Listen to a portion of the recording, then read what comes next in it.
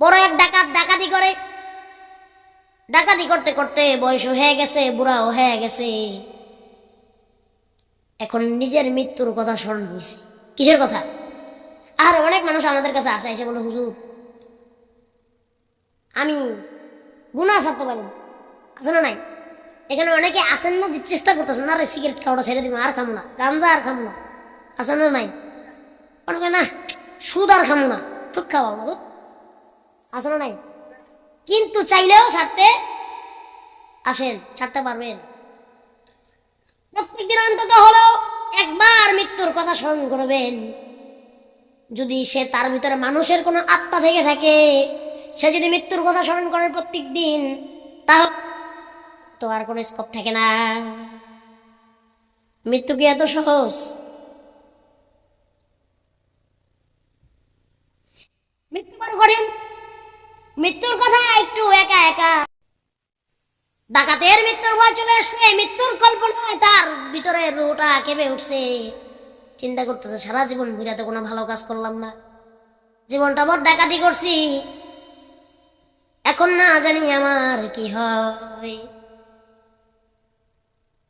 চিন্তা করতে করতে দেখ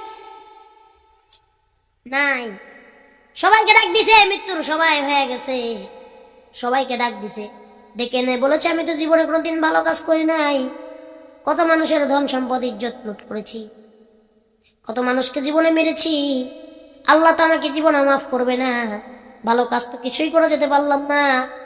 আমি যদি মারা যাই, আর তোমাদের ঘরে কারোর যদি একটা সন্তান জন্ম নেয়, তাহলে আমার যদি কোনো নাতি নাতকুর কেউ জন্ম নেয়, তোমরা তাকে মাদ্রাসায় পাঠাইয়া দিবা।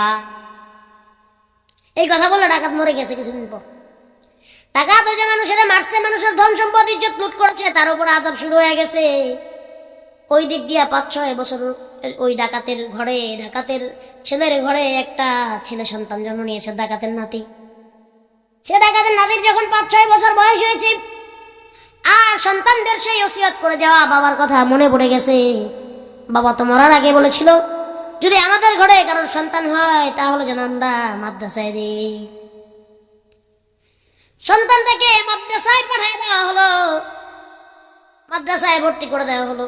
প্রথম দিন মাদ্রাসায় গিয়ে ওস্তাদজি সেই ডাকাতের নাতিকে সবক দিচ্ছে আর পড়াচ্ছে, বলতেছে, বলো বিসমিল্লাহির রহমানির রহিম। এবার যখন প্রথম দিন সবক নিলেন, আবার আল্লাহ ফেরেশতাদের ডাক দিয়ে বলে, ও ফেরেশতারা, ওই যে দেখো ডাকাতের কবরে আযাব হয়, আজকে থেকে ওই ডাকাতের কবরের আযাব গুলা বন্ধ করে দাও। ফেরেশতারা বলে, আল্লাহ ডাকাতকে মাফ করে দিচ্ছেন, কারণ বলে ডাকাত তো ওসিয়ত করে গিয়েছিল তার যদি কোনো নাতি হয় তাকে যেন মাদ্রাসায় পড়ানো হয়। আজকে ডাকাতের নাতি মাদ্রাসায় গিয়ে বলতেছে বিসমিল্লাহির রহমানির রহিম। আমি আল্লাহ নাকি পরম দয়ালু এবং করুণাময়, দয়ালু ক্ষমাশীল আল্লাহ, তাহলে আমি তার দাদার কবরে কেমনে করে আযাব দেই? ওই ডাকাতের নাতের উসিলা করে আমি ওই ডাকাতকে আজকে থেকে মাফ কইরা দিলাম। জীবনে ভালো একটা নিয়ত দরকার, ভালো একটা নিয়ত দরকার। এরকম ওসিয়ত যদি আপনারা আপনাদের সন্তানদেরকে করে যেতে পারেন, দেখবেন আল্লাহ তাআলা আপনাকে ওই কবরে মাফ করে দিবেন, ঠিক কিনা?